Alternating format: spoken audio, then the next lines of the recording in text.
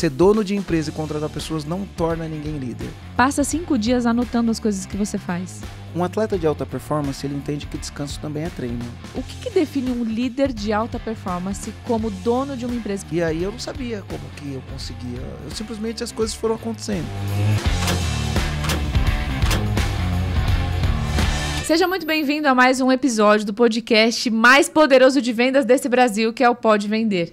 E hoje eu tô com um convidado muito especial. Aliás, eu já gravei 2 episódios de podcast com ele, que foi um sucesso, que deu muito certo. Eu falei, agora quando que eu vou te trazer? Quando que você vai vir no meu podcast? Para também compartilhar com a minha audiência conteúdos relevantes e ajudar você que está aí do outro lado da tela a tomar melhores decisões, entender melhor sobre gestão, sobre como ter uma empresa autogerenciável, e para quem conhece ele já vai saber quem que é. Então, meu amigo Marcelo Germano, seja muito bem-vindo ao meu podcast. Estou muito feliz. Eu também estou feliz de estar aqui com você. Feliz de te receber aqui. Obrigada por ter aceito o convite. Eu tenho certeza que você tem um conteúdo relevante para compartilhar com a turma que vai assistir a gente. E bora compartilhar com generosidade e ajudar essa galera aqui, tá bom? Bora fazer isso. É uma honra para mim estar aqui. Você já foi 2 vezes no meu e os 2 episódios foram incríveis. Eu acho que a gente gerou muito valor, né? Agora eu tenho que retribuir entregando o meu melhor aqui para quem estiver assistindo. Boa. Ou ouvindo, né? Muito bom, obrigada. Vamos lá. Queria que você falasse um pouquinho para a turma sobre a sua empresa, sobre a empresa que você fundou, que já impactou ali centenas, milhares de empresários no Brasil todo. Qual que é a essência do trabalho de vocês, para que quem não te conhece passe a te conhecer agora? Conta um pouquinho pra gente. Show. Então, vamos lá. Hoje, né, eu sou bastante conhecido nas mídias sociais por conta do podcast Empresa Autogerenciável. Eu sou o fundador do EAG. O EAG é uma empresa que treina empresários, né? A gente tem ali um movimento que é acabar com o caos na empresa. Então, a gente bate na tecla empresa sem caos e a gente ajuda empresários a acabar com o caos na empresa. E o EAG, ele é fruto da minha experiência profissional, do meu repertório profissional, né? Assim como a Sales Prime, ele é fruto do teu repertório, né? Na tua carreira, o EAG, ele é fruto do meu repertório como empreendedor.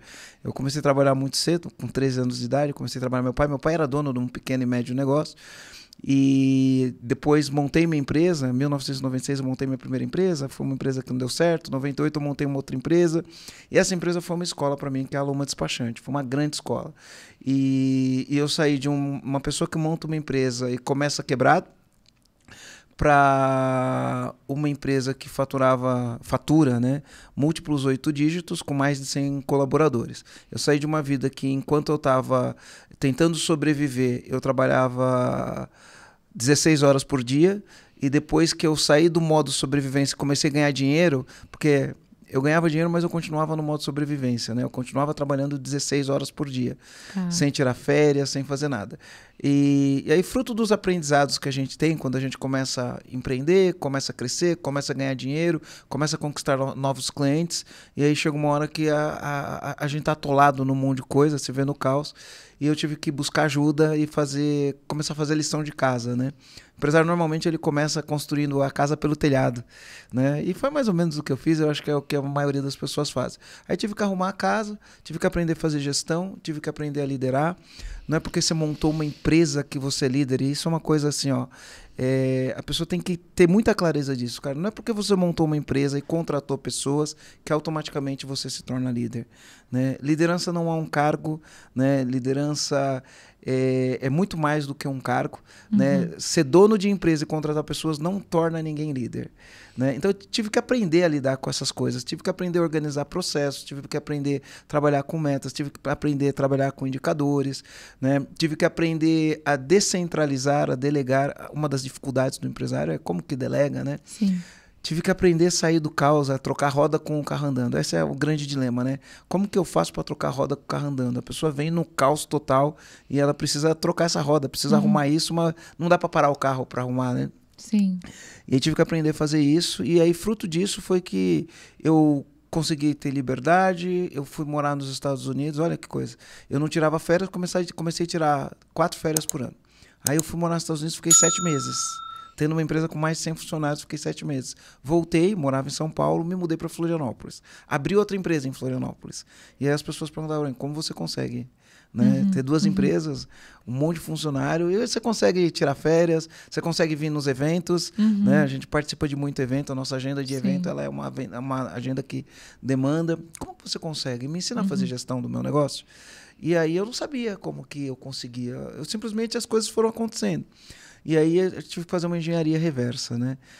Aí tive que fazer alguns treinamentos, fiquei 2 anos me preparando. Fui fazer um programa nos Estados Unidos que chamava Strategic Coach. O Dan Sullivan, ele faz há 40... Quando eu fiz isso em 2012, 2013, ele já fazia isso há 40 anos. Então hoje já faz 50. Tive mentoria com o Michael Gerber, que é autor do livro Mito do Empreendedor. Não sei se você conhece esse livro. Se você não conhece, recomendo que você leia. Se quem estiver assistindo não conhece, recomendo que leia. Fiz mentoria com ele e aí fiquei 2 anos ali incubando o projeto. Em 2015 nasce o EAG, Empresa Autogerenciável. E aí, desde então, já foram 8 mil empresários que passaram ali pelos nossos treinamentos. E a gente montou um podcast. Nosso podcast ficou muito tempo entre os top 10 podcasts de negócio do Brasil. A gente vai voltar para lá. A gente está ajustando algumas rotinhas aqui. A gente vai voltar entre os top 10. E a gente vem produzindo conteúdo, compartilhando conhecimento gratuito. A gente tem os nossos treinamentos que são pagos, mentorias que são pagas, acompanhamento, consultoria, mas a gente compartilha muito conteúdo gratuito para empoderar esse Brasil que é feito pelos empreendedores, né? Muito bom. Excelente, meu amigo. Acho que tá todo mundo ansioso aqui, porque eu mesma já tô com pelo menos umas 3 perguntas Bora aqui lá. na cabeça como empresária, de como que você pode elucidar, trazer alguma explicação prática de práticas que a gente pode ter como empresário para ajudar a gente nesse autogerenciamento do negócio. Antes disso, eu quero fazer uma pergunta que eu sempre faço no começo do podcast, que é de tudo que você aprendeu na sua vida, baseado em quem você é, qual que é a principal habilidade que você tem, Marcelo Germano, que te trouxe até aqui, até esse resultado que você tem hoje. Se eu pudesse falar assim, escolhe uma habilidade que você tem, que é a mais forte, que você acredita que te trouxe até aqui. Que habilidade é essa? Olha, dentro dos meus temas de talento, eu sei os meus temas de talento, né? Eu tenho alguns lá. Um deles é prudência, um dos meus temas de talento, né? O ponto de vista estratégico e futurista também é um tema de talento. Mas quando eu junto tudo isso, eu olho e falo serenidade. Eu acho que o meu maior talento é a serenidade. Sério? Caramba, que legal. Eu acho que esse é o meu maior talento. Eu procuro manter a serenidade, eu procuro olhar para as coisas de maneira desassociada, eu procuro não levar julgamentos sobre as coisas, e conforme a gente vai aumentando na idade, eu tô com 50 e vou fazer 52, logo mais. Cada vez menos eu julgo as coisas. Eu procuro olhar para as coisas só como um observador, né? Eu acho que essa é a minha principal característica. Porque assim, as pessoas falam, como você consegue manter a calma? Você fala de uma maneira tão calma, né? Como você consegue? Na verdade, muitas vezes posso estar explodindo por dentro e estou mantendo a calma por fora. E aí hoje eu tenho aprendido cada vez mais a olhar para as coisas de maneira dissociada, principalmente quando a gente pensa que a gente vive num país dividido, né? A gente vive num país dividido, narrativas estranhas, né? Que no final das contas são tudo rasas e não leva a gente para lugar nenhum, né? Eu procuro hoje olhar, não levar partido, ver as coisas de maneira dissociada, tentar criar empatia com o outro, tentar entender o ponto de vista do outro. Eu acho que isso é uma grande habilidade, sabe? Muito bom. Gostei. Serenidade. A primeira pessoa que fala isso, sabia? Eu faço a pergunta para praticamente todo mundo do podcast. A primeira pessoa que fala serenidade. Tem a prece da serenidade, né? Para quem legal. estuda o estoicismo ali, tem uma prece lá. Eu não lembro exatamente ela como era, mas tem a prece que fala assim: Deus, me dê serenidade para entender o que está no meu controle, entender o que não está no meu controle e saber distinguir as duas coisas, né? Porque às vezes a gente acha que está no controle e não está. Às vezes a gente não sabe distinguir. Existe uma prece, você colocar no Google a prece da serenidade, né? Tem Olha uma aí, prece já para lá que acalmar fala, o coração de quem está assistindo a gente, já vamos começar com a prece da serenidade, porque empreender é desafiador e certamente serenidade nesse universo é um diferencial, né? No mundo onde a pessoa está com burnout, ansiedade e tudo mais, a serenidade realmente é algo que pode fazer muita diferença. Pode fazer muita diferença. Deve fazer. Eu acho que a pessoa tem que colocar na agenda, assim, né? Deixa eu parar, respirar, ter meus 10 minutos de serenidade aqui. Eu acho que é importante. É verdade. Bom, a gente tem um quadro muito legal no podcast, porque afinal de contas é um podcast de vendas, né? Então, a gente tem um quadro muito interessante. Eu quero fazer ele com você agora. Bora. Esse daqui eu não sei se você estava sabendo. Não estava sabendo, não estava sabendo. Puxa essa garrafa de água para cá. Vamos colocar ela aqui para não ficar na frente. A nossa estratégia aqui do podcast. Bora Olha lá, só, esse é um quadro que aqui dentro dessa caixa do Pode Vender tem um objeto. Tem algo aqui dentro. Eu não sei o que é, tá? Eu vou abrir a caixa, você vai olhar o que é. Eu vou fechar a caixa e você vai ter ali uns 30 segundos para pensar em como que você vai vender esse objeto para mim. Ô, louco, vamos. Ô, louco! Enquanto isso, eu vou dar um recado. Não, fica tranquilo, aqui tá tudo certo. Ninguém erra. Não existe crítica nesse quadro. É sempre maravilhoso, é sempre pessoa incrível. Mas a gente faz essa brincadeira divertida para entrar dentro do tema vendas, que é um tema tão importante, dentro do contexto empresarial, dentro do contexto dos vendedores que assistem a gente. Então, olha o elemento, pode olhar. Eu vou olhar, mas antes deixa eu falar um negócio aqui Fala. pra você. Eu falei pra você antes da gente começar, a gente tava batendo papo, eu tô lendo o Essencialismo, né? E o capítulo que eu tô do livro, ele fala sobre brincar. Sério? Ele fala sobre brincar, ele fala que a gente tem que trazer o lúdico pro nosso dia a dia e a gente tem que ter um espaço de brincadeira. Que legal, muito bom, não tem sabia. que ter espaço Olha de brincadeira, que legal, assertivo. Né? Não foi coincidência, então. Não então foi. o que eu faço? Eu levanto, olho... Levanta, olha, eu não vou ver, você olha, fecha a caixa, não cá. precisa tirar, tá bom? Olha... Tá bom? Vai elaborando aí na sua mente como que você vai vender. Enquanto isso, eu vou dar um recado para nossa audiência rapidinho. Gente, enquanto o Marcelo Germano elabora como que ele vai vender esse objeto para mim, meu recado é, se você é um empresário, tem um time comercial ali de 2, 3 pessoas ou mais, e você quer escalar o seu time, quer crescer o seu negócio, ter estratégias, tanto na parte como um CEO estratégico, tático e operacional, para fazer esse negócio efetivamente multiplicar o faturamento através de uma inteligência de vendas, entre em contato com a gente. A gente tem um clube de negócios maravilhoso, uma mentoria empresarial que desenvolve esses empresários nas 3 camadas, treina o time comercial, desenvolve liderança comercial e temos diversos cases de resultados incríveis. Se você está precisando de ajuda nessa estrutura de vendas de forma mais forte, mais robusta, conta com a gente, que a gente tem um método validado em mais de 15 países, com milhares de vendedores, centenas de empresas. Eu tenho certeza que isso pode ajudar você demais, tá bom? E a minha empresa é uma delas. É né? verdade, a empresa do Germano é uma delas. Nós treinamos o time deles, time comercial, somos queridos. E, enfim, fico muito feliz pela confiança. Muito obrigada, meu amigo. E aí, tá pronto? Eu tô pronto. Então tá. Acho que eu tô, não sei. Então tá acho bom. que eu tô. Ó, pega aí o objeto. Pode pegar e me mostrar agora, que agora eu vou ver o que é. E você vai ter alguns minutinhos aqui. Eu pensei que eu tinha que vender sem te mostrar o que era. Não, você pode mostrar. Tá. Imagina que a gente ia dificultar desse jeito, de forma alguma. Vai lá. Ô Dani, esse objeto que está aqui, ele é indispensável para qualquer empresário, para qualquer vendedor que queira ser assertivo, ele precisa ter esse objeto aqui. Uhum.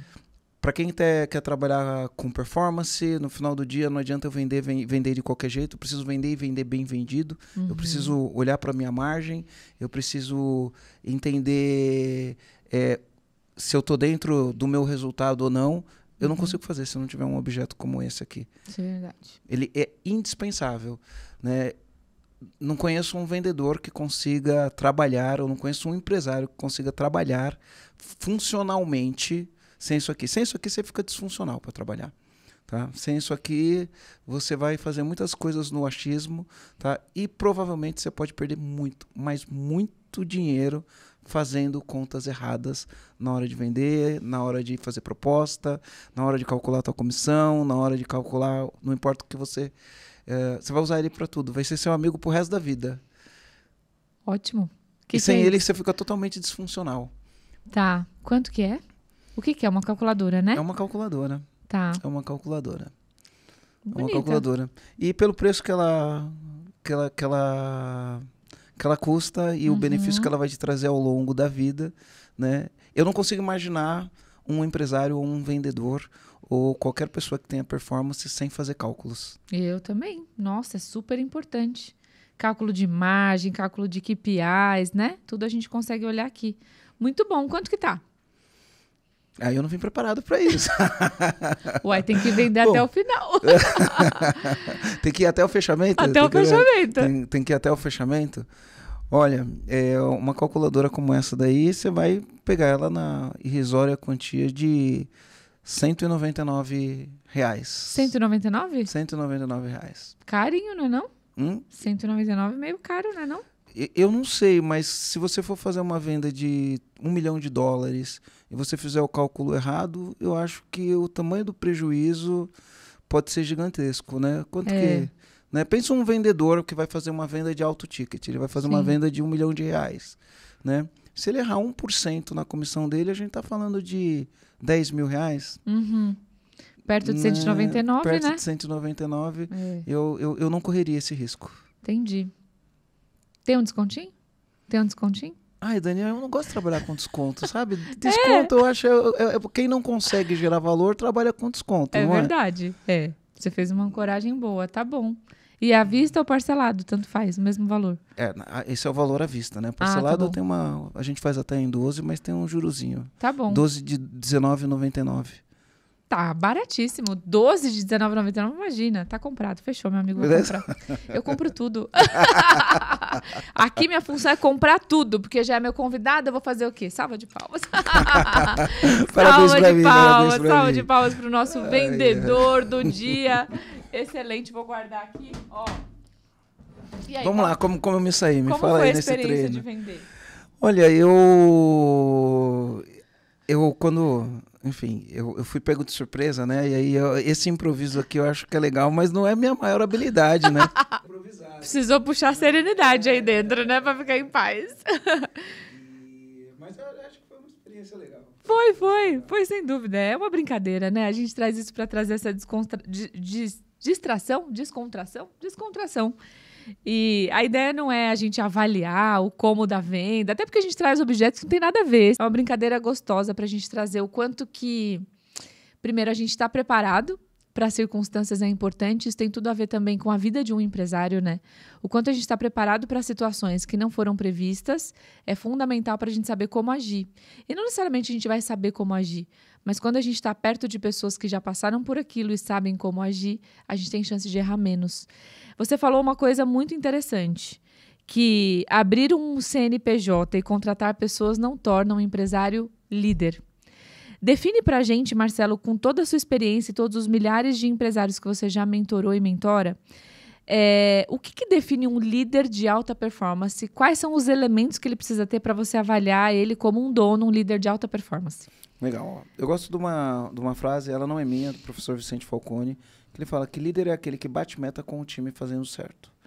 Agora, quando a gente pensa nessas palavras, bate meta com o time fazendo certo, eu preciso olhar para cada um desses itens. Né? Então, quando a gente fala bate meta, a primeira coisa, você que é de vendas, não existe vendedor sem meta, né?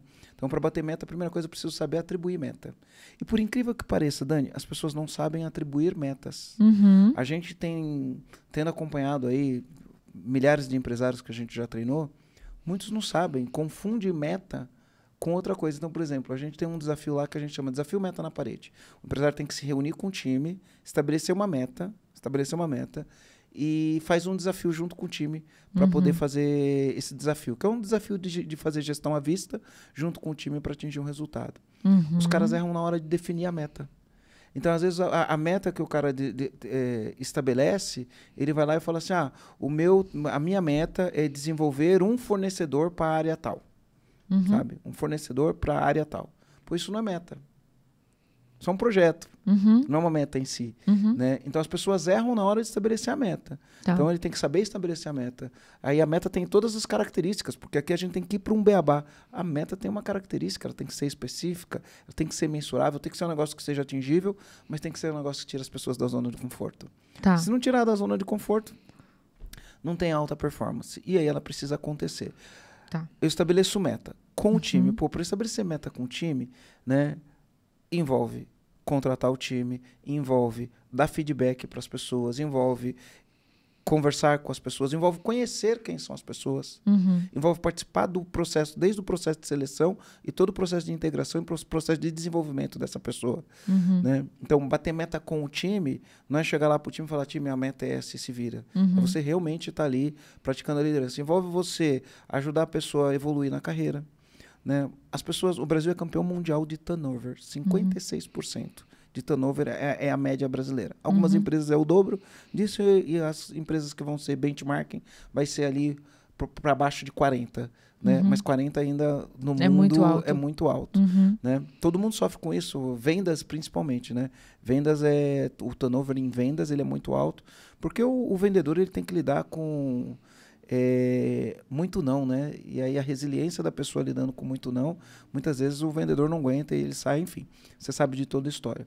Então, quando eu falo, poxa, eu tenho que bater meta, então eu estabeleço meta com o time. Com o time envolve contratar, treinar, desenvolver, fazer essa pessoa rampar, fazer essa pessoa evoluir na carreira, né? E aí quando eu falo fazendo certo, aí eu estou falando de cultura, estou falando dos valores, da integridade, né, da honestidade intelectual, da performance, de uma cultura focada em resultado.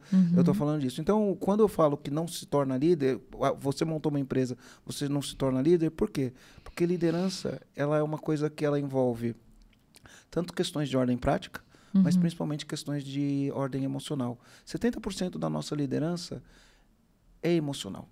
É a emoção, a conexão que a gente cria com as pessoas que trabalham na nossa empresa, é a conexão que as pessoas criam para olhar e falar, essa empresa é legal, eu gosto desse projeto, estou aqui porque eu acredito nisso. Né? E aí eu, como líder, eu tenho que vender essa ideia. Mas não é só vender uma ideia e a pessoa chega lá e não recebe isso. Né? A pessoa tem que chegar lá e encontrar esse mundo. Né, o mundo da minha promessa. Porque a gente faz uma promessa, ó, nessa empresa nós treinamos, nós desenvolvemos as pessoas, nessa empresa você tem a oportunidade de crescer. Mas e se as pessoas chegam lá, você não treina, você não desenvolve, ela não tem a oportunidade de crescer. Se a pessoa chegar lá, ela não admira o líder que está com ela. Se a pessoa chegar lá, ela não, olha para o líder e não vê integridade no líder. Né? Então, quando a gente vai para o contexto de liderança, você montou uma empresa, contratou pessoas e pagou o salário, e se isola na tua sala, não tem interação, não tem envolvimento, não dá feedback, não lida com as situações difíceis. Na hora que você precisa mostrar firmeza, você não mostra. Né? Então, a liderança ela envolve todo esse conjunto de coisas. E fazer isso é um processo de crescimento do próprio dono da empresa, processo de aprendizado. Então, a maioria dos donos de empresa começa, eles são centralizadores. Cara, um líder centralizador, ele não é exemplo para ninguém. Né? Um líder centralizador, porque a gente fala assim, se lidera pelo exemplo, né? Eu tenho aqui, eu não assino essa frase 100%. Eu posso te explicar por que eu não assino. Tá. O Joel fala muito, né? Liderar pelo exemplo é o único jeito. Eu não assino isso 100%. Depois eu te explico por quê que eu não assino 100%. Mas um líder que é centralizador, um líder que não confia no time, um líder que não faz o time sentir confiança, ele não está exercendo uma liderança. Ele só está pagando o salário das pessoas, está contratando as pessoas. Né? Então, ele envolve um conhecimento, envolve um processo de aprendizagem. Pensa assim, ó, todo mundo quando começa uma empresa, tem muitas coisas que a gente traz para a gente. Então, chega uma hora que a gente é obrigado a descentralizar decisões. Poxa, eu vou ter que confiar em alguém tomando decisão no meu lugar. Mas também não é jogar uma pessoa lá, né? Eu preciso preparar o caminho. Essa pessoa tem que adquirir repertório para poder tomar decisões no meu lugar. E aí eu vou delegando, vou descentralizando e eu tenho que lidar com isso, porque emocionalmente eu lidar com isso não é fácil. Então, hoje existe, graças a Deus, a gente tem muitas ferramentas para você desenvolver essa habilidade, para você desenvolver esse repertório. Eu gosto de falar assim, ó, como que a gente exerce liderança, né? Então, voltando na frase, a gente só lidera pelo exemplo. Eu falo mais ou menos. Porque mais ou menos, né? E eu sempre trago para mim o seguinte, por exemplo, eu tenho 2 filhas, uma tem 11 e outra tem 17. Né? Você é mãe, você sabe como que é dentro de casa. O fato da gente dar o exemplo, por exemplo, da gente estar sempre lendo e os filhos estão sempre vendo a gente ler. O fato da gente cumprir o horário, os filhos veem a gente cumprir o horário. O fato da gente, quando senta na mesa, fazer uma oração e os filhos veem a gente fazendo oração. O fato o fato de a gente sentar na mesa, recolher o prato e lavar o prato, os filhos estão vendo a gente fazer isso. De eles verem a gente fazendo isso, dando exemplo, eles fazem? Não necessariamente. Não necessariamente. Então não é só o exemplo. Então não é só o exemplo. Né? O que a gente tem que fazer com os nossos filhos? Direcionar. Educar. Falar o que eles precisam fazer. Educar. O líder é aquele que educa.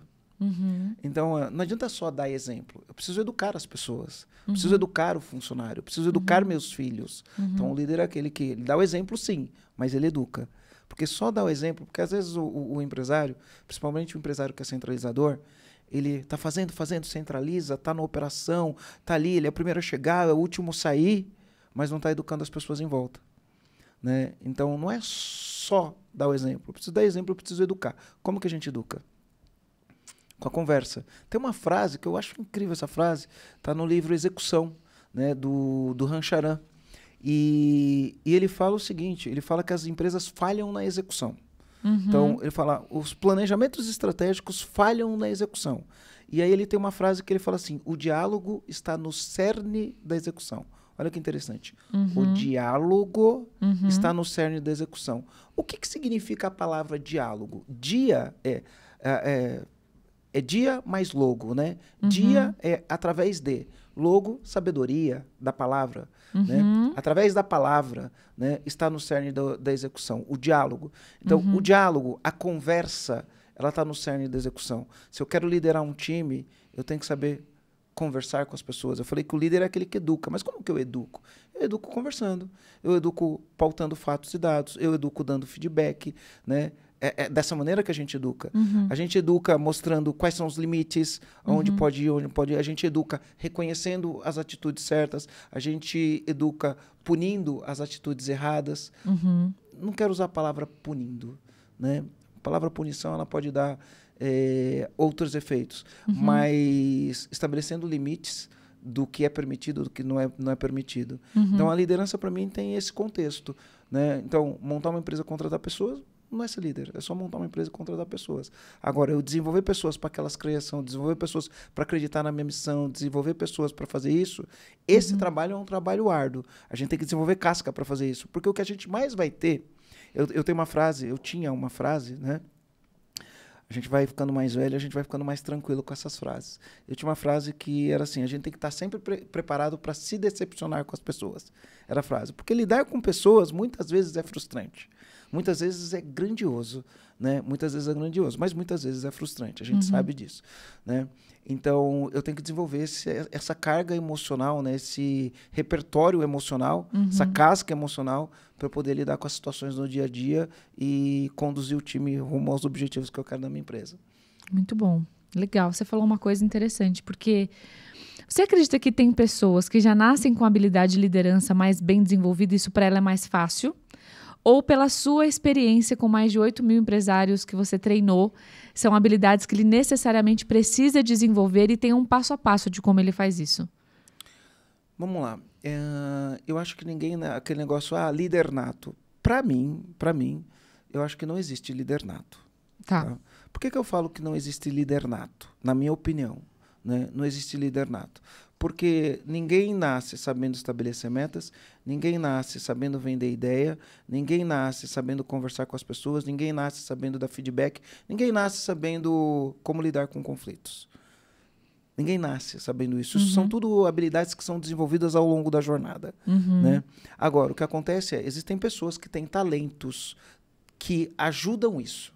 Né? Não é só ter talento, eu preciso ter o talento e uma predisposição emocional para desenvolver isso. Tem muitas pessoas que não têm predisposição emocional e nem querem desenvolver isso. E tá tudo bem. Mas eu acredito que todas as pessoas podem sim desenvolver, tá? Eu acho que todas as pessoas podem desenvolver, mas nem todo mundo tem a predisposição, não quer passar por isso, por N fatores. Mas se a pessoa tiver uma predisposição, eu quero passar por isso, eu quero passar pelo processo, consegue desenvolver as habilidades de liderança. Então, quando a gente fala de... deixa eu explicar um pouco sobre talento, né? Segundo a Gallup, talento, né? Então, até uma recomendação de livro que é Descubra Seus Pontos Fortes 2.0, ela fala dos temas de talento. O que é talento, segundo a Gallup? É o seu jeito natural de pensar, agir e sentir. Beleza? Todo mundo pensa, todo mundo age, todo mundo sente. Então, todo mundo tem talento. Só que cada um tem um talento diferente. Então, a Gallup ela traz 34 temas de talento, mas dividido em 4 áreas. Né? Execução, pensamento estratégico, relacionamento e uma outra. De cabeça agora, eu não me lembro os 4. Então, cada pessoa tem um talento diferente. Né? Então, eu tenho um tema de talento. Né? Você tem outros temas de talento. Então, dentro dos meus temas de talento, dentro das minhas características, eu consigo desenvolver um estilo de liderança. Normalmente, o que as pessoas pensam? Você tem aquela pessoa que é mais carismática, ou que é mais extrovertida, mais energética, que fala as coisas e todo mundo quer fazer, automaticamente você olha e fala, esse é um líder nato. Não, nem sempre. Às vezes essa pessoa vai causar o caos na empresa, se ela estiver no porão, porque todo o talento também, você tem a varanda do talento, que é o lado bonito do talento, né? Tudo é remédio e tudo é droga, né? Mas você tem o porão do talento quando ele é usado do jeito errado. Então, dentro de um tema de talento, se você estiver sempre na tua varanda, você consegue desenvolver liderança. Porque automaticamente, por exemplo, eu não sou o cara extrovertido, eu sou um cara introvertido.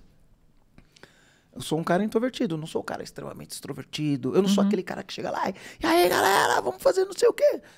Eu não sou esse cara energético dessa maneira. Mas eu consigo liderar pessoas. Eu consigo mostrar um caminho dentro do meu talento. Né? Eu não fujo do meu tema de talento. Dentro do meu talento eu consigo fazer as coisas. Eu consigo vender ideias. Eu consigo fazer as pessoas acreditarem nelas mesmas, quando elas mesmas não acreditam. Né? Eu consigo orientar as pessoas, eu consigo dar feedback, eu consigo desenvolver uma liderança. Dá para melhorar? Dá para melhorar muito. Eu acho que a gente sempre vai ter o que melhorar. Você já tem um outro estilo.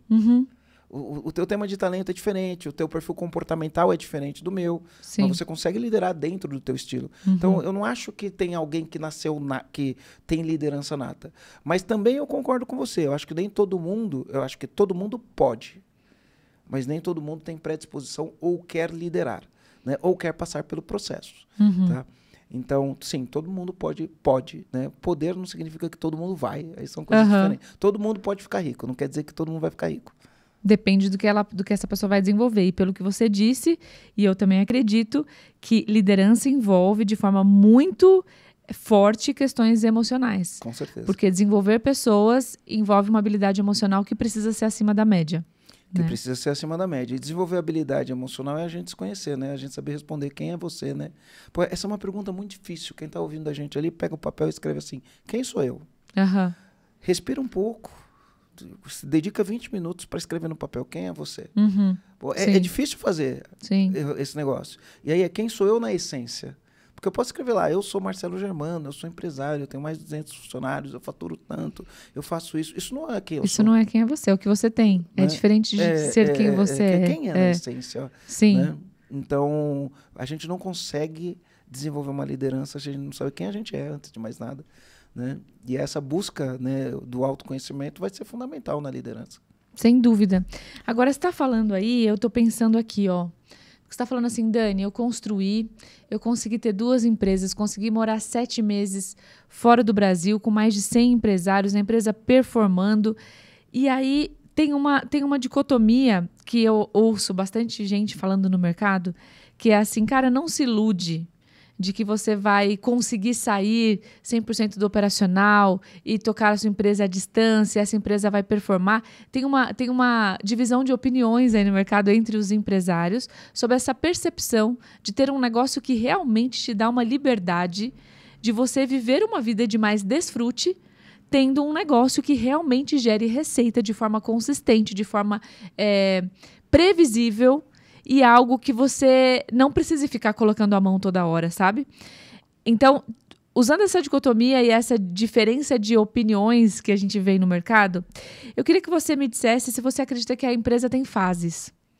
E qual a importância da gente respeitar as fases? Porque no começo do negócio, é difícil um empresário começar um negócio já na expectativa de não precisar tanto dele o negócio. Em quanto tempo?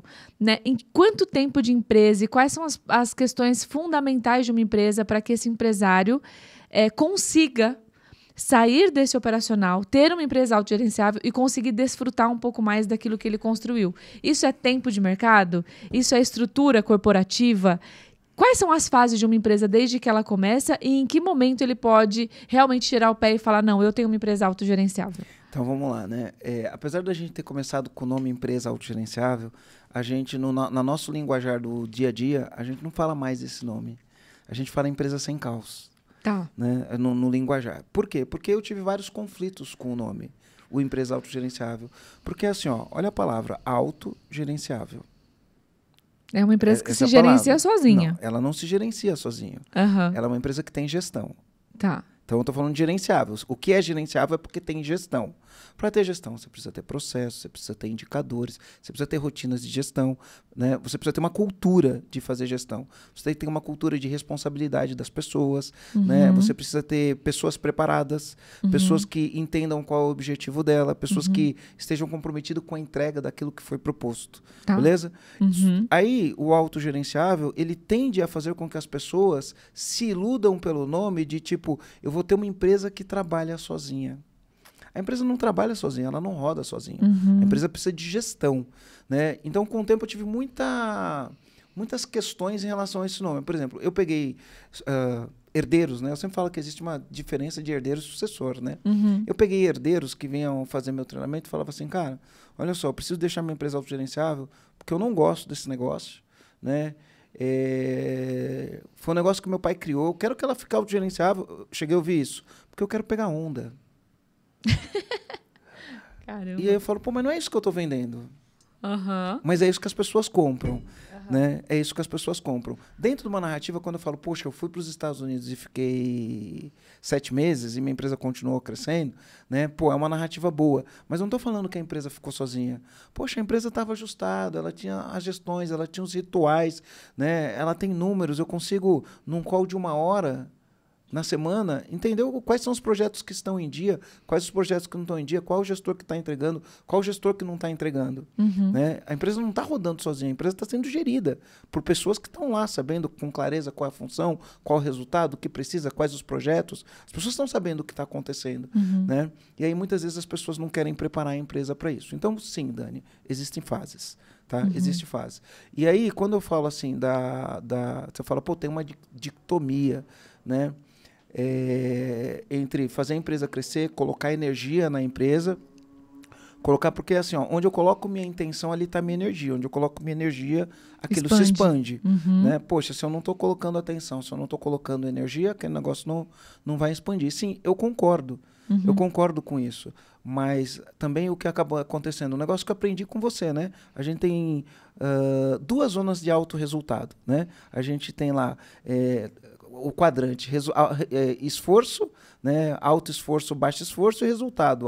Alto resultado, baixo resultado. Não vamos falar de baixo resultado, vamos falar de alto resultado. Eu posso ter alto resultado com muito esforço, e isso me cobra um custo, aprendi isso com você. E eu posso ter uma zona de assertividade, onde eu tenho resultado, né? Com esforço na medida certa. Com esforço na medida certa. E isso daí eu aprendi com você, eu trago isso para mim. Né? Pô, a gente tem que ter resultado com esforço na medida certa. Né? Agora, a empresa tem que ter maturidade para você poder olhar e falar, deixa eu olhar para outros ares. Hoje, quando eu faço uma engenharia reversa ali, né, e eu olho para o meu negócio, eu faço uma engenharia reversa, muitas vezes eu penso assim, para marketing, é legal você falar que você tem 5 empresas. Mas eu tive um mentor, que foi o Michael Gerber, e ele falou isso para mim em 2013. Ele falou assim para mim, em 2013 ele falou isso. Ele falou, Marcelo, eu não vi ninguém que construiu algo grande fazer com várias coisas. A pessoa, primeiro, ela foca numa coisa e constrói algo grande. Depois que ela focou numa coisa e construiu algo grande, aí ela vai usar todo o conhecimento, todo o know-how para construir outras coisas. Então, o que às vezes acaba acontecendo é a pessoa não atingiu um nível de maturidade ainda, já quer ir para a segunda empresa, já quer ir para a terceira empresa, e aí ele está dividindo a atenção e está dividindo a energia. Não vai funcionar. Então, sim, a gente precisa atingir um nível de maturidade. Então, eu falo, a gente precisa atingir um nível de maturidade empresarial. E aí, se eu fosse falar em fases de empresa, eu falo que tem um modo da empresa que é o modo sobrevivência. E eu tenho um modo da empresa que eu Essa hoje... é a fase 1? Fase 1, modo sobrevivência? O modo sobrevivência vai ocupar 2 fases. Tá. Que é a infância da empresa, logo quando começa a empresa, tá. É um modo sobrevivência, e ele vai até a adolescência da empresa. Tá bom. Né? Depois eu tenho que sair da adolescência e ir para a maturidade. Legal. Que vai ser a fase 2, que eu falo a criação. Né? É a fase onde a gente está criando. Na infância, é aquele negócio que você começa a empresa, ela gira em torno do seu umbigo, é um show de um homem só, tudo depende do dono para funcionar. Essa é a fase da infância. Então, como tudo depende do dono, o dono começa a empresa, ele tem carinho pelo que faz, o trabalho que ele faz bem feito, o cliente só quer falar com ele, né? Porque ele não está vendendo a empresa, ele está vendendo ele, então o cliente quer ele. A empresa começa a crescer, se não fica sobrecarregado. Ele tem que cuidar de contratar gente, ele tem que cuidar do caixa da empresa, ele precisa vender, ele precisa atender, ele precisa entregar. Chega uma hora que você não consegue equilibrar todos os pratos. Né? Chega uma hora que você não vai equilibrar todos os pratos. Aí, quando você chega numa hora que você fala, eu não consigo equilibrar todos os pratos, eu tenho que deixar de ser microgerenciador, a empresa tem que deixar de ser um show de um homem só, a empresa tem que começar a ter vida própria, então eu preciso começar um passo de ter outras pessoas tomando decisões, sem eu ter que ficar no controle de tudo. Ter pessoas tomando decisões que talvez eu não tomaria. Essa transição da infância para a adolescência não é uma transição fácil, é uma transição muito difícil. Muito difícil. Poxa, vai ter alguém lá que vai tomar uma decisão que eu não tomaria? Aí, beleza. Até que chega uma hora que você entende que você vai ser o gargalo e não vai funcionar. Você sendo o gargalo. Então, você olha e fala, bom, agora eu sou obrigado. Né? A vida me obrigou eu vou ter que ter alguém que toma decisões. Eu vou ter que... Eu não estou falando de delegar, eu estou falando de descentralizar a tomada de decisão. E eu vou ter que aceitar alguém tomando decisão dentro dos valores da empresa. Né? A gente tem que ter ali o nosso código de cultura, entender o que é não negociável. Dentro dos valores não negociáveis, cada qual segundo a sua habilidade. Né? Eu tenho pessoas que têm autonomia para fazer aquilo e entregar o resultado, mas talvez a pessoa faça de um jeito que eu não faria. Aceitar isso para uma pessoa que é centralizadora e é controladora, e a maioria dos empresários no começo são, é muito difícil. Então, basicamente, sair da infância e para a adolescência é quando eu começo a formar líderes. Quando você começa a descentralizar decisões. E essa fase, eu não consigo fazer isso sem formar líderes. Certo? Eu saio da infância e vou para a adolescência.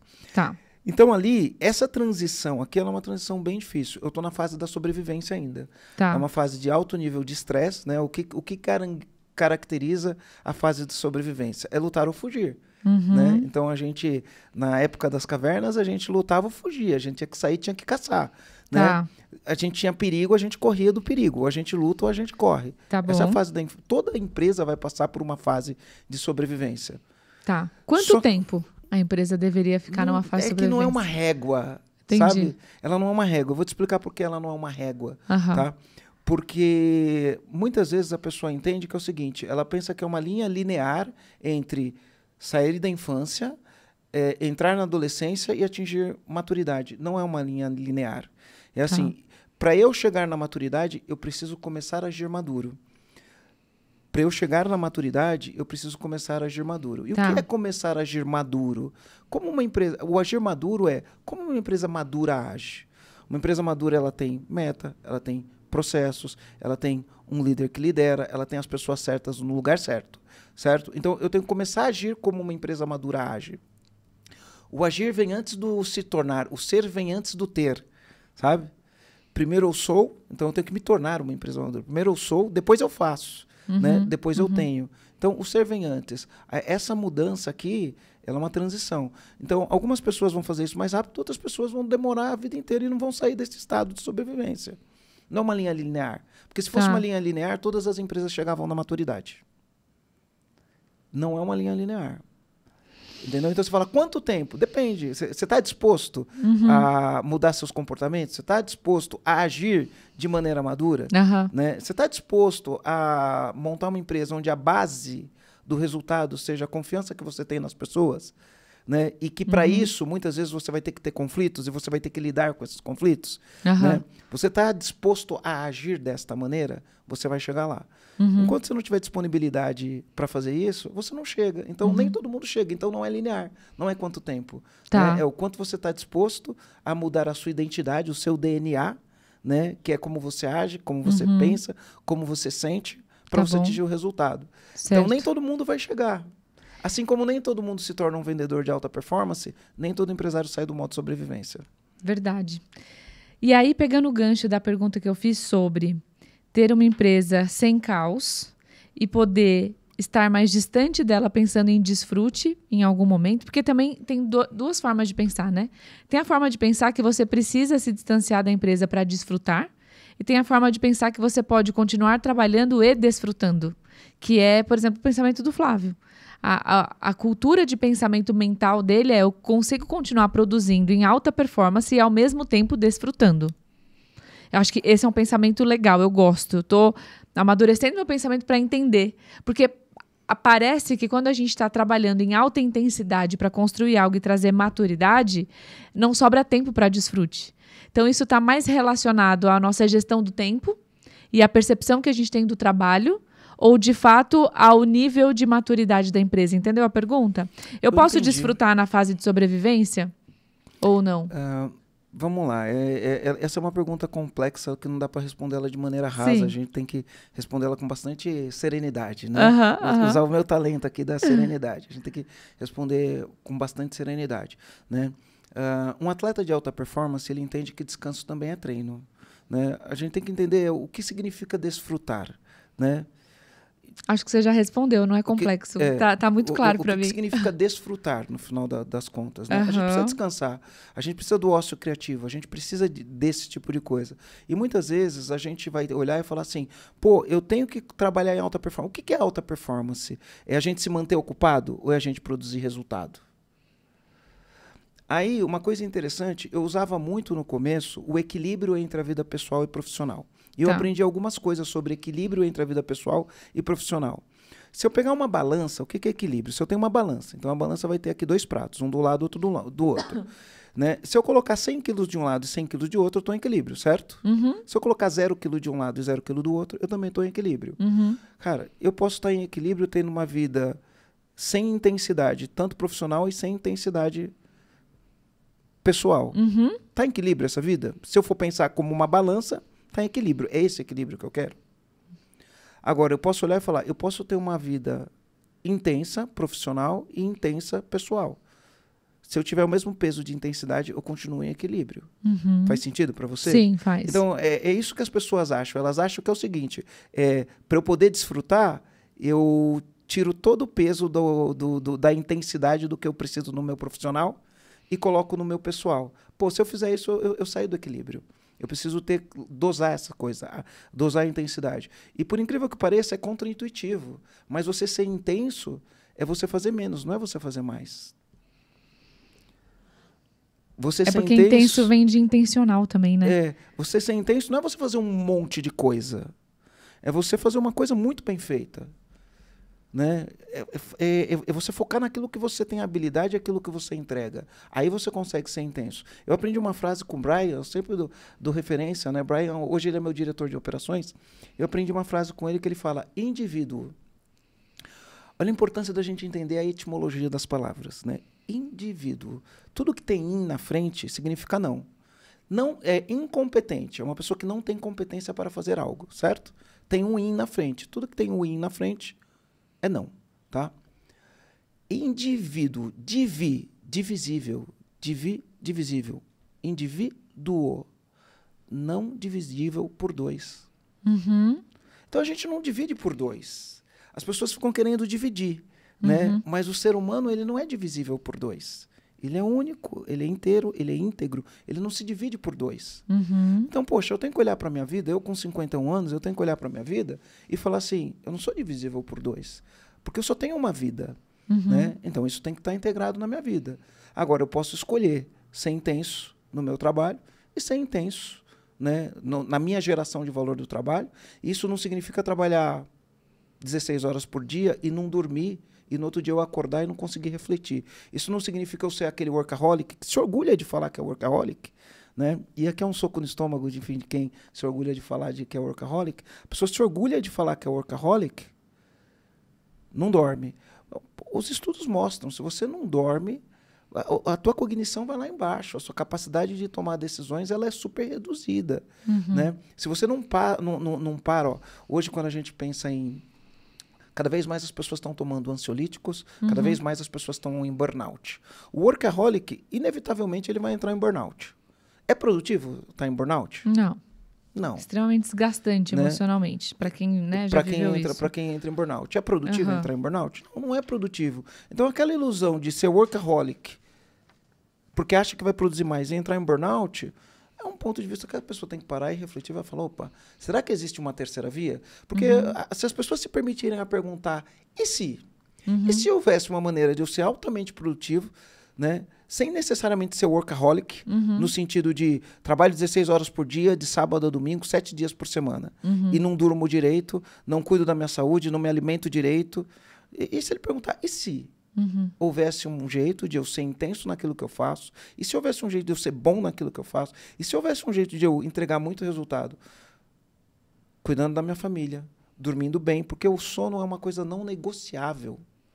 O sono é não negociável. A gente não negocia, a gente tem que dormir 8 horas por dia, porque senão no outro dia você não tem cognição. Por exemplo, para vir para cá, hoje, eu moro em Florianópolis, né? Então eu tive que acordar 4 horas da manhã. Aí acordei 4 horas da manhã, cheguei no aeroporto, peguei avião, cheguei, gravei um podcast. Pô, vai chegando essa hora aqui, a minha cognição já não está 100%. Por quê? Porque se você perder 3 horas de sono numa noite, a ciência comprova isso, não é produtivo. O Joel fala saúde, família e trabalho. Não inverta a ordem, né? Saúde. Pô, para saúde, o sono é não negociável. Eu preciso dormir. Descanso também é treino. Eu preciso descansar. Eu estava falando lá que tô lendo o livro O Essencialismo. Né? E a ideia por trás do essencialismo é muito boa, né? Já explico já. Então, brincar faz parte. Brincar faz parte. Então, eu consigo ser intenso na vida profissional e eu consigo ser intenso na minha vida pessoal. Eu consigo não, né? Eu acho que é uma opção de vida. Eu tenho essa opção. E aí eu vou ter uma vida escolha, mais plena. Né? Eu vou ter Sim. uma vida mais plena. Só que é o seguinte, o que acontece? As pessoas se prendem, e eu me coloco nisso também. Não estou falando só em terceira pessoa, porque muito provavelmente o que eu estou falando, você está se encaixando em algumas coisas, e eu mesmo se encaixo nas coisas que eu mesmo falo, né? A gente se prende em coisas triviais. Então, em vez de fazer o que é essencial, em vez de fazer aquilo que vai virar o ponteiro, aquilo que dá resultado, eu faço um monte de coisas que não são triviais. Que não são triviais. E por fazer um monte de coisas que não são triviais, eu me perco nessa falácia de que eu tenho que trabalhar 18 horas por dia se eu quiser construir alguma coisa que seja grandioso. Não, eu tenho que trabalhar em alta performance naquilo que eu faço, com muita precisão, aquilo que você fala. Zona de assertividade.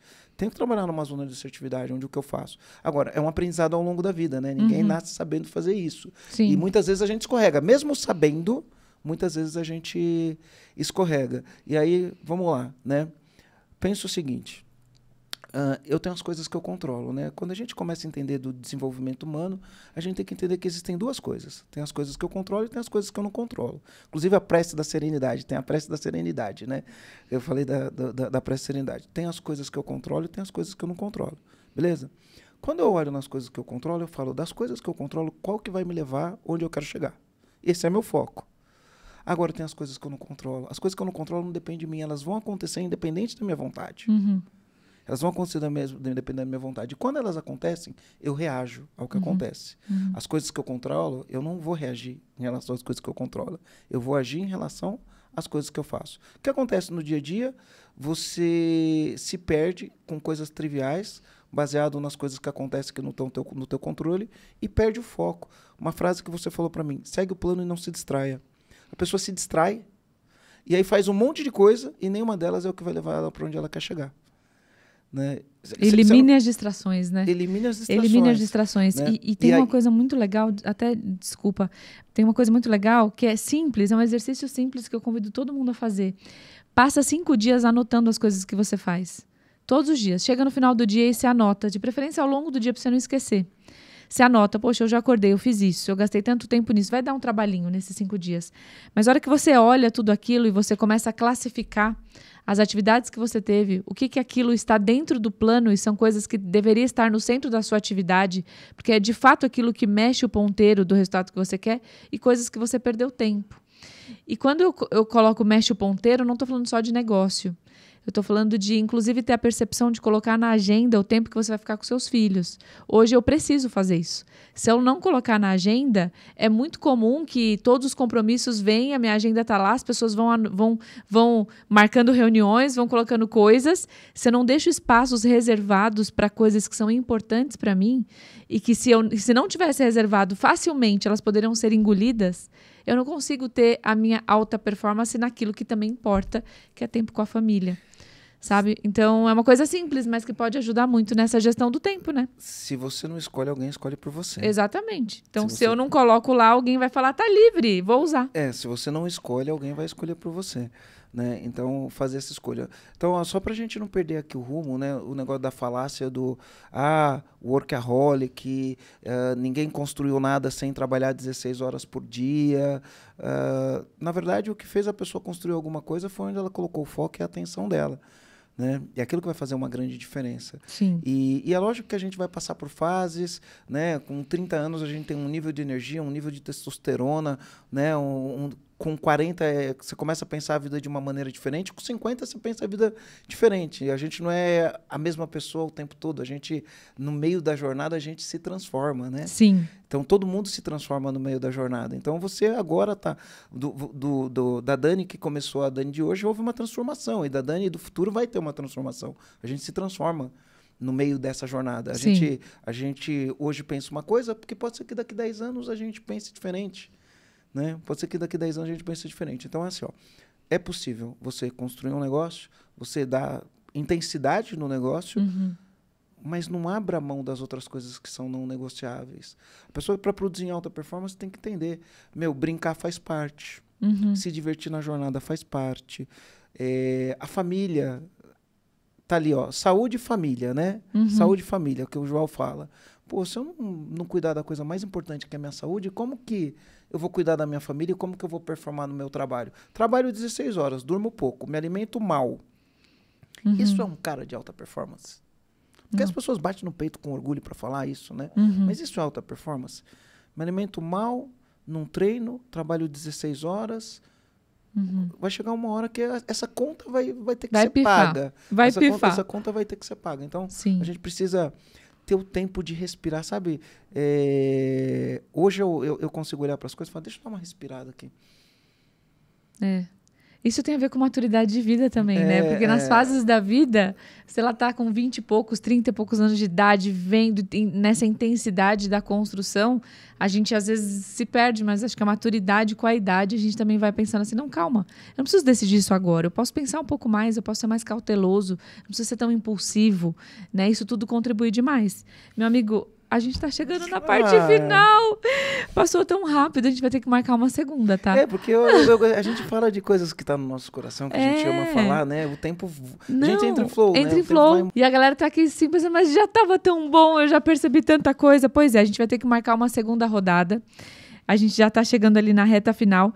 E a gente tem um bate-bola no final que eu não vou deixar de fazer. Porque sai pérolas aqui. Deixa eu só falar uma coisinha aqui, rapidinho, só pra fechar. Eu gosto de fechar os temas, né? Tá. Eu falei que tem um modo sobrevivência, né?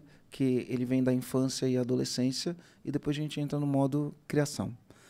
Essa é a minha leitura hoje, tá? Quando eu chego na maturidade, eu entro no modo criação. E o modo criação é onde eu consigo criar coisas. Eu crio um produto maravilhoso, eu crio um serviço maravilhoso, eu crio um time maravilhoso. Se eu estiver no modo sobrevivência, lutando e fugindo, respirando pouco, com a adrenalina lá em cima, cortisol lá em cima, eu não consigo raciocinar para olhar e falar o que eu estou criando. A maturidade da empresa é quando a gente olha e fala assim, poxa, deixa eu criar o time que eu preciso, deixa eu criar os processos que vão me levar lá, deixa eu criar um produto que resolva o problema de alguém, deixa eu criar uma coisa que surpreenda o cliente.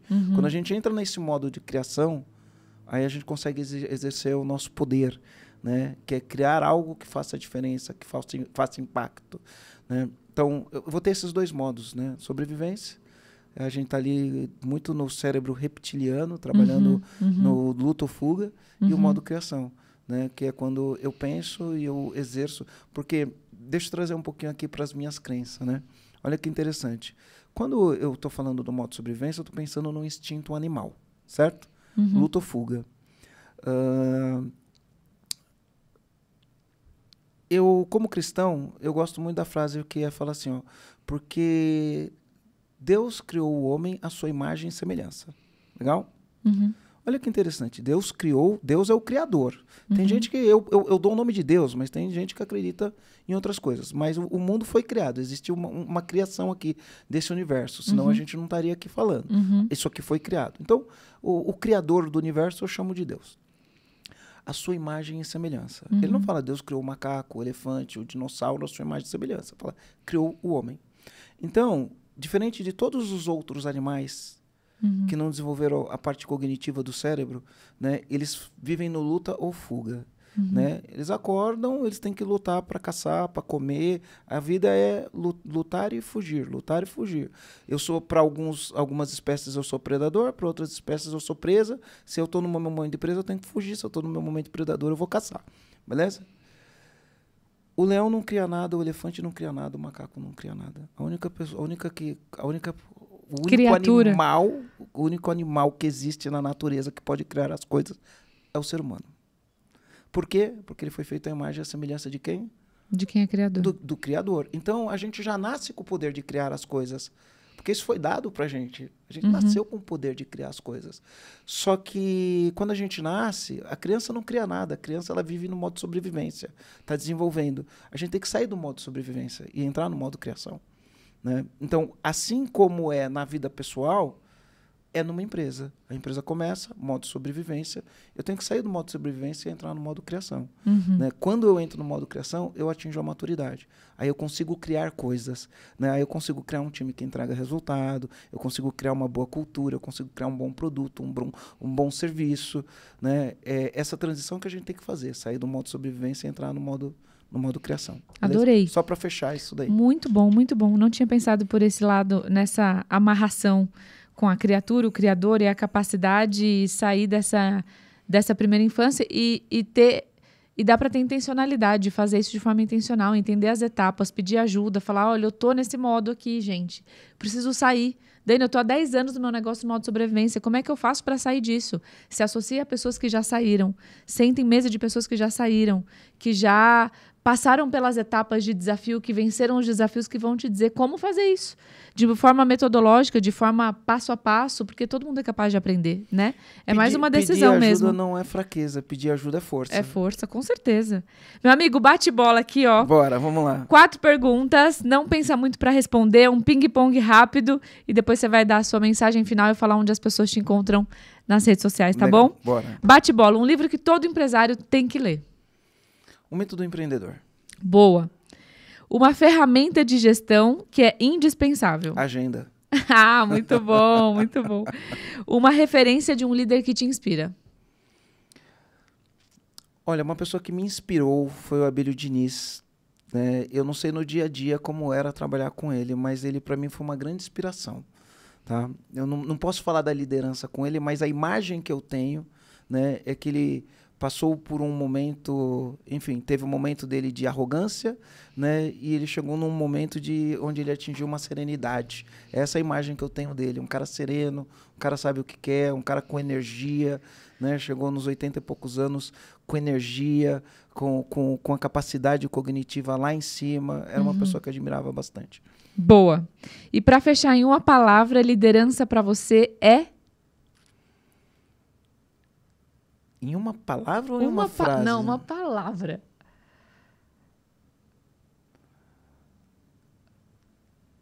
É entrega. Boa. Entrega. Servir, né? É. Servir. Excelente, meu amigo. Muito Legal. obrigada. Muito bom, muito bom. Ó, onde as pessoas te encontram e uma frase final que você quer deixar para todo mundo e como que você pode contribuir com elas mais no conteúdo que você traz diariamente para esses empresários. Legal. Ó, Marcelo Germano EAG no Instagram. No Spotify, no YouTube, Empresa Autogerenciável, que é o nosso podcast, né? Nossos canais. Mas no Instagram, @Marcelo Germano EAG. Não uso muito o LinkedIn. Na verdade, eu não uso o LinkedIn. Eu tenho meu perfil no LinkedIn, mas não uso, tá? E uma mensagem, né, que eu vou deixar aqui para vocês é: vamos criar coisas incríveis.